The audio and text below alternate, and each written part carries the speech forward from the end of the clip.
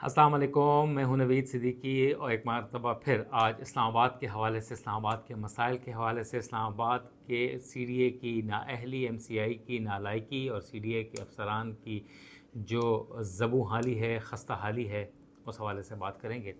कौमी असम्बली के अरकान CDA के ऊपर बहुत ज़्यादा बरहम हैं, बहुत ज़्यादा नाला हैं उनकी नालायकी के ऊपर और उनकी जो ज़बू हाली के ऊपर और उन के जो काम ना करने का जो एक रुझान है उसके ऊपर।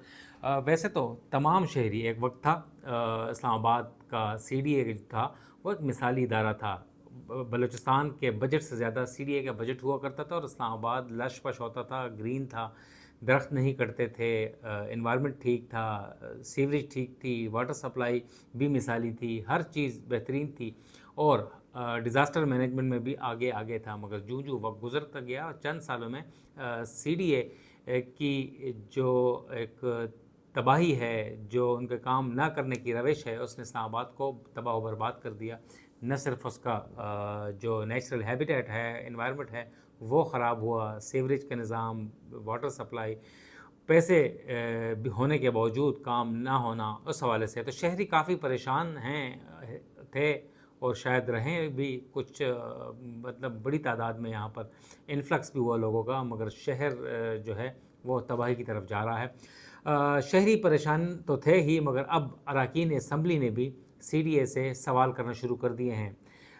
मानसून की बारिशें होती हैं तकरीबन 2-2.5 महीने 3 महीने, तो इसमें CDA की नालायकी, नाअहली और खस्ता हाली वो खुलकर सामने आ जाती है। और इन दिनों में ही इस्लामाबाद के जो बरसाती नाले हैं वो भर जाते हैं और उनके भरने की वजह से सैलाबी सूरत हाल पैदा हो जाती है और इतनी यहाँ पर सैलाब आते हैं कि उनकी निकास ना होने की वजह से डिप्लोमेटिक इनक्लेव तक भी डूब जाता है। और ये ही CDA की नालायकी है, क्योंकि नाले जो हैं वो ख़ाली होने चाहिए और भरे हुए नहीं होने चाहिए, मगर उन्हें CDA की जो नालायक इन्वायरमेंट के अफसरान हैं और दीगर लोग हैं, तामीराती कामों को जो मलबा होता है उसे भर दिया जाता है, जिसकी वजह से रिवर्स फ्लो से E11 में कभी सैलाब आ जाता है और तो कभी डिप्लोमेटिक इनक्लेव की नीदरलैंड एम्बेसी और दीगर एम्बेसीज डूब जाती हैं।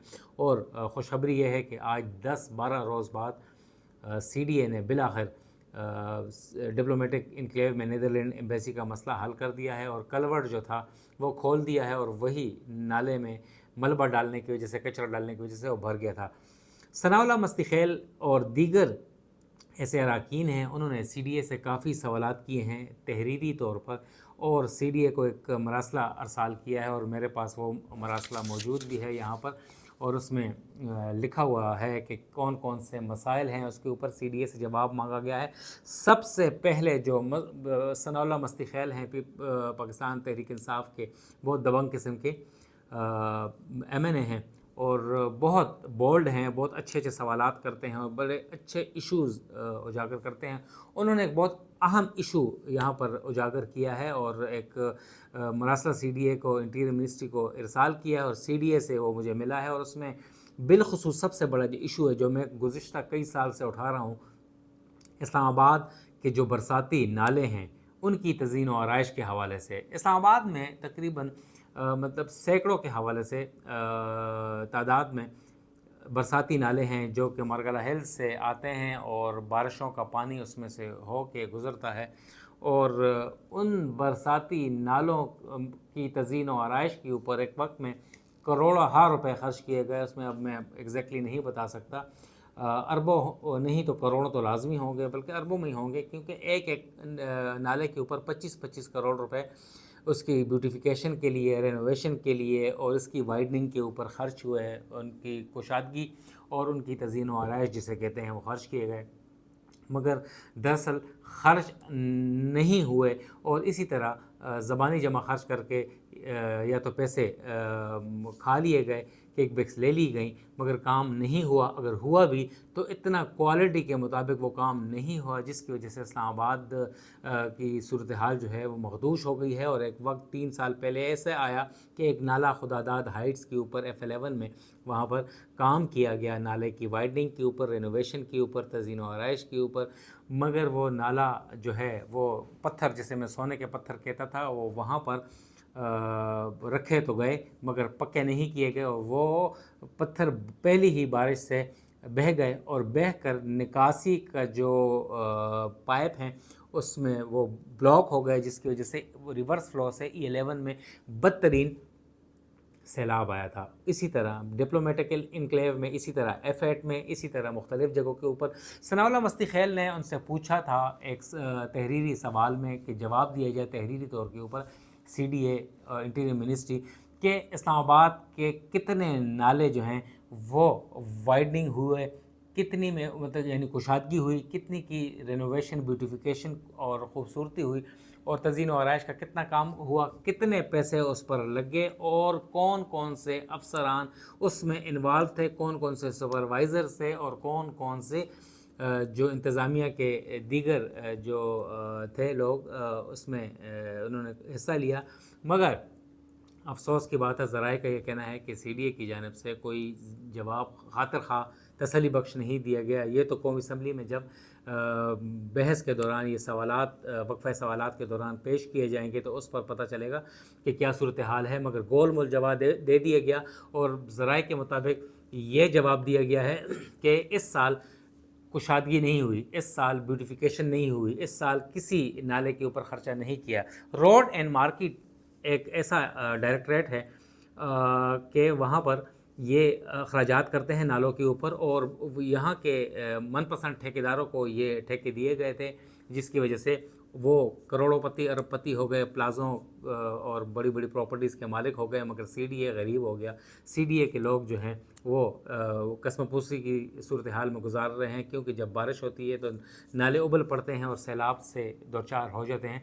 रोड एंड मार्केट ऐसा एक डायरेक्टरेट है कि जहाँ पर अफसरान आने के लिए तड़पते हैं, और कुछ अफसरान माजी में रहे हैं, नाम नहीं लूँगा, और दोबारा वो अफसरान अब वापस आ गए हैं, और अहल अफसरान को वहाँ से हटा दिया गया है जो काम करते हैं। आता हूँ सनाउल्लाह मस्ती खैल के सवाल की तरफ। सनाउल्लाह मस्ती खैल के सवाल का जवाब तसल्ली बख्श नहीं दिया गया। हालांकि उन्होंने सवाल तहरीरी सवाल में पूछा था कि इस साल का उन्होंने पूछा नहीं था, उन्होंने कहा अब तक, मगर अब तक गुज़िश्ता 3-4 साल से कोटेशन वर्क में नालों के ऊपर करोड़ों अरबों रुपए खर्च कर दिए गए, और अफसरान के मज़े हो गए, मगर तसल्ली बख्श जवाब नहीं दिया गया।